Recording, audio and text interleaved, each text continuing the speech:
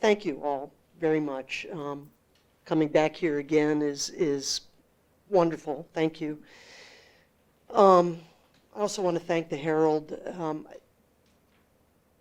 Part of me wanted to talk about the great American shrinking newspaper, which is the Herald and lots of other local publications. When I was here 5 or 6 weeks ago for another event, I had a cup of coffee with Tom Fiedler. Lots of people know him. He's the dean at Boston University and a great guy. And I asked him, what was the Herald like when you became the executive editor around 2002? And I was shocked to learn that he inherited a newsroom of 340 people. If you walk into that newsroom now, you could walk and walk and walk and never walk into a human body. We are at fewer than 100 staffers in the newsroom. And despite that, our editors, as Audra said, they delivered. They gave us the time, the resources, the money. We filed lawsuits. We had 2 of their most senior reporters basically off the grid for, in my case, 2 years, and they never flinched. And we, as Audra said, could not possibly be more grateful. I also thank Audra. It goes both ways. When I pitched Innocence Lost years and years ago, the most important thing I asked for was her, because I knew that she would be the perfect complement to me. There are certain things I'm good at, and there are certain things I'm not, and those were the things that she's spectacular at. Just watching her conduct interviews and how she relates to people and how she strings words together and narratives, I'm a far better reporter for it. This project began in August of 2015 when I learned from a source that a 17-year-old Haitian immigrant child named Elord Revolt died in the Miami-Dade Juvenile Detention Center, where he was being detained on robbery charges. Elord was not a bad kid. He was, at least at that moment, a foster child, because his father took him to the airport, and when Elord realized he was going to be left in Haiti, a country that he barely knew, he ran. And instead of searching for him, Elord's father went to Haiti anyway. So this was a kid who had suffered trauma. To begin with, we wanted to know why 12 or 15 kids would beset another youth and punch and kick and pummel him to death. And we started asking questions. At one point I called his foster mother, who didn't know him very well, but knew kids from DJJ, the Department of Juvenile Justice, and she said, "You know about the honey bunning, right?"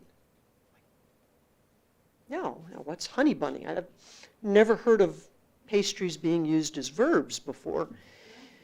So I kept asking. I called sources in the public defender's office and elsewhere, and what's honey bunning? And they all gave the exact same answer. Oh, that's when officers and youth workers offer kids treats in exchange for meting out discipline. They're turning kids into goons. When this story was finished, we stuck our necks out far, and again, I give my bosses credit for that. We didn't have proof. We thought we were pretty darn close, and we had abundant evidence. There were reports from every inch of the state, and they all had the same language. A kid who was going to be honey bunned had a honey bun on his head or a bounty on his head.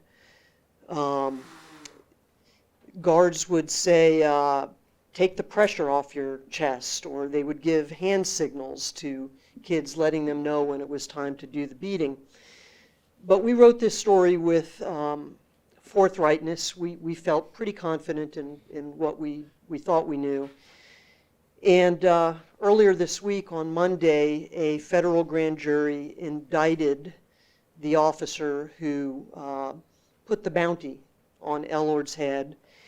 And the grand jury said in strong language that this was a, quote, bounty system that was well known to anyone and everyone who had walked into that juvenile detention center. And that was a kind of vindication for us. The series had real impact. There was a law passed that allows lawmakers, prosecutors, public defenders, and even reporters to enter facilities. The lawmakers, without warning, they just have to show up. They can walk around and ask questions and see what's going on. There was a 10% pay raise for officers who had not seen a new nickel in a decade, because one of the things we reported was that you could make more money flipping burgers at McDonald's with better working conditions. The department created an ombudsman, an Office of Family Advocacy, right after the series ran. And we're hopeful that some of these changes might bear fruit and, most importantly, help change the culture, because something like honey bunning doesn't exist.